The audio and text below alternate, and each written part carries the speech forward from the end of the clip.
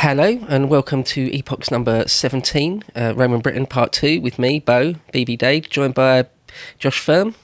That's me. Got Josh on the firm today. El Firmarino, if you're not into the whole brevity thing. Nice Big Lebowski reference there. So we're going to do Roman Britain Part 2 because we didn't really get round to it all last time, did we? Yeah, we got a bit caught up in the Caesar stuff, but I mean, as it's the part of that kind of history that I know the most about, I was probably interjecting quite a lot. But this time I'm excited to learn a lot of things because I don't actually know about the Roman conquest of Britain. Oh, cool. Well, no, I'm happy to, more than happy to fill you in, and anyone out there who doesn't know it in detail. It's a little bit messy, though. It's not really straightforward, where there's just one sort of main event and then it's all done with. So it's sort of staggered and, as I say, a little bit messy. So, yeah, we can go through some of the main details after Caesar left in 54 BC. So first of all, there is quite a hiatus for a while. Nothing really happens until about 40 AD, which is the age of Gaius Caesar, or Caligula, as he's colloquially known. So there's quite a big gap there, isn't it? Well, yeah, it's almost 100 years, isn't it? Yeah, give or take. The historians tell us that it wasn't that they didn't want to do it, but there were just more pressing things that happened. So, for example, Augustus, just after Caesar, he ruled for a long time, 40-odd years. Apparently, he did have it in mind to go back to Britain, to revisit Britain and make Britannia a full colony of Rome. That would add to his legitimacy as a successor to his adopted father, wouldn't it? Yeah, exactly. Yeah, I think a lot of great men whose fathers were also great men, you kind of want to try and outdo him if possible. I'm thinking of the massive smile on George Bush Jr.'s face when he won his second term, because of course Poppy, his dad, never actually achieved 2 terms. Anyway, bit of an aside. But Augustus could never do it because there were just more pressing issues. One of the things Augustus is sort of known for a bit in terms of foreign policy is putting some sort of limits on the empire. Different emperors at different times had different feelings about that. Hadrian was known for trying to put limits on the empire. Trajan, not so much. In the ages of Julius Caesar, they did think that Rome was sort of destined to rule the entire world, or at least the entire known world, whereas Augustus realised that perhaps that wasn't possible or even prudent. Nevertheless, we are told he had designs on Britain, but other things got in the way. For example, Augustus, kind of famously, one of his generals, Varus, lost a few legions, 3 legions, I believe, in the Teutoburg forest. Of course, yeah. Cut to ribbons there, which set them back a long way for quite a long time. So anyway, it wasn't until Caligula in about 40 AD that a real concerted effort was tried again, but it was sort of abortive. One of the things people may well probably know, is that Caligula didn't actually invade Britain. He got to the shore and then decided to sort of abandon it and collect some shells instead. Do you know that? Do you know this story? I've not heard about that before. Okay, cool. Well, in Suetonius, who does the life of the 12 Caesars, he doesn't talk about foreign policy and armies and individual battles all that much, because he's more interested in just the life of the men, the individual Caesars themselves. But we do get some details. So in Suetonius, he says about Caligula's attempt to invade Britain, he says, quote, "In the end he, Caligula, drew up his army in battle array on the shore of the ocean and moved the siege engines into position as though he intended to bring the campaign to a close. No one had the least notion what was in his mind when suddenly he gave the order, 'Gather shells.' He referred to the shells as plunder from the sea due to the Capitol and to the Palatine, their hills in Rome. So plunder that is for Rome, basically, the seashells.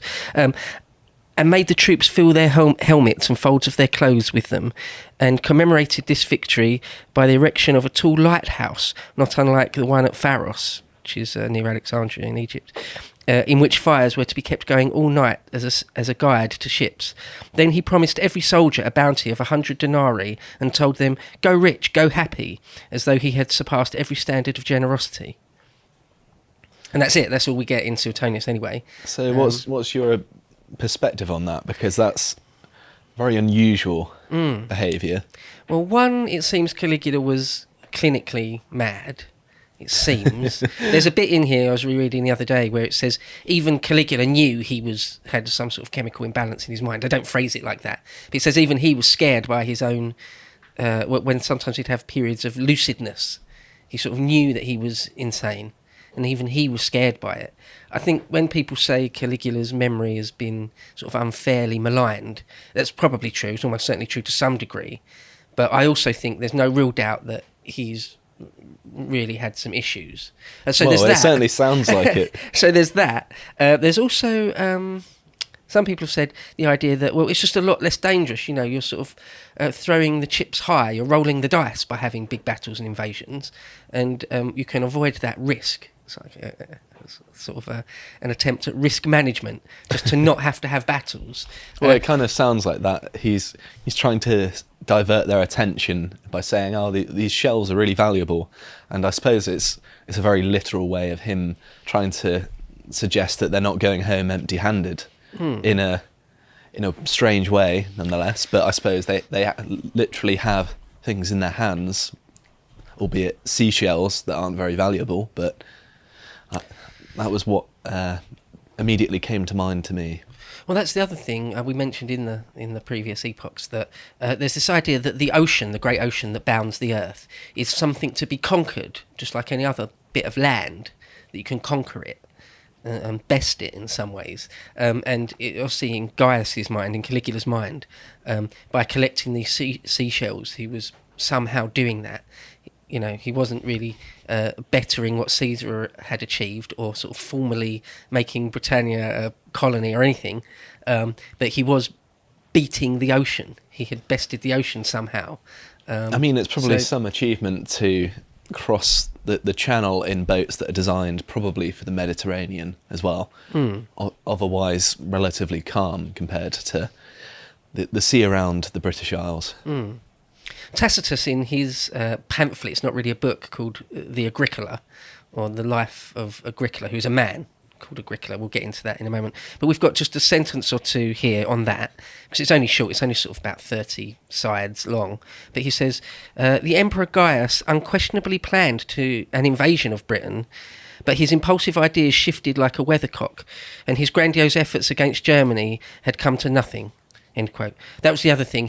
Caligula had tried to have big battles and wars in Germany or along the Rhine and the Danube for glory, but they didn't really come to anything. So he thought, you know, Britain is at sort of easy pickings, so we'll go there. But as I say, he sort of retreated at the last minute and collected some shells. So yeah, there's that episode, which is kind of funny and weird, and I mean, that does kind of encapsulate Caligula in some ways. Just it says his ideas shifted like a weathercock. Yeah, he didn't seem to be able to keep focus on anything for very long. Certainly couldn't describe him as particularly determined, I suppose. No. And although his father, Germanicus, was a great general, and he'd been raised in the army, I mean, that even his moniker, Caligula, Little Boots, because he was given little military-style boots when he was a little boy. I know, he hated that nickname. Yeah, you wouldn't call Caligula to his face, no way. Wouldn't dream of it.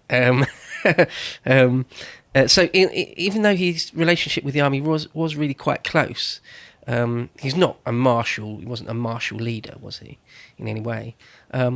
So there's that episode in 40 AD, and it wasn't until 43 AD when his successor Claudius returns, and this is much more concerted. This invasion attempt of 43 AD is sort of the main one, the big one. That's when Britain is really truly invaded properly for the first time. So that's under Claudius. In Tacitus's Agricola, he says, it was the late Emperor Claudius who initiated the great undertaking. He sent over legions and auxiliaries and chose Vespasian to share in the enterprise, the first step towards his future greatness. Tribes were subdued and kings captured, and the finger of destiny began to point to Vespasian. End quote. Because Vespasian goes on to become emperor himself. Mm-hmm. It's interesting, actually, to think how many emperors were in Britain or visited Britain at various times. There's a lot of them. Yeah, I was just thinking that actually, that there's a fair few, more than you would imagine. Yeah, I mean, even Constantine was in York, in Boricum, when he got news that his father was dead and that he was therefore a Caesar. He was in York at the time. I mean, it's just funny to think. You don't think of Constantine the Great, this figure that sort of dominates, straddles history at sort of the late Christian or early Christian period, late antiquity. He was in York, commanding cavalry in sort of the north of England. You don't think of it necessarily. But yeah, there's another passage here from Suetonius on that. He says, quote, Claudius's sole campaign was of no great importance. The Senate had already voted him triumphal decorations, but he thought it beneath his dignity to accept these, and decided that Britain was the country where a real triumph could be most readily earned. Its conquest had not been attempted since the days of the divine Julius, and the Britons were now threatening vengeance because the Romans had refused to return some fugitives. Sailing from Ostia, Claudius was nearly wrecked off the Ligurian coast and again near the Chochades Islands, probably pronouncing that wrong, but made port safely at Marseille. Thence he marched north through Gaul until reaching Gesoriacum. Don't know where that is, I'm afraid. Crossed over to Britain without incident and was back in Rome 6 months later. He had fought no battles and suffered no casualties, but reduced a large part of the island to submission. His triumph was a very splendid one, and among those whom he allowed to travel to Rome to witness it were his provincial governors and several exiles as well. The emblems of his victory included the naval crown, representing the crossing and conquest, so to speak, of the ocean, which he set on the gable of his Palatine home next to the civic crown. End quote. So a few things there. Again, it was sort of thought of that it would be easier to win a triumph in Britain than on the Rhine. I think they're probably right there as well. Yeah, they were. To watch the full video, please become a premium member at lotuseaters.com.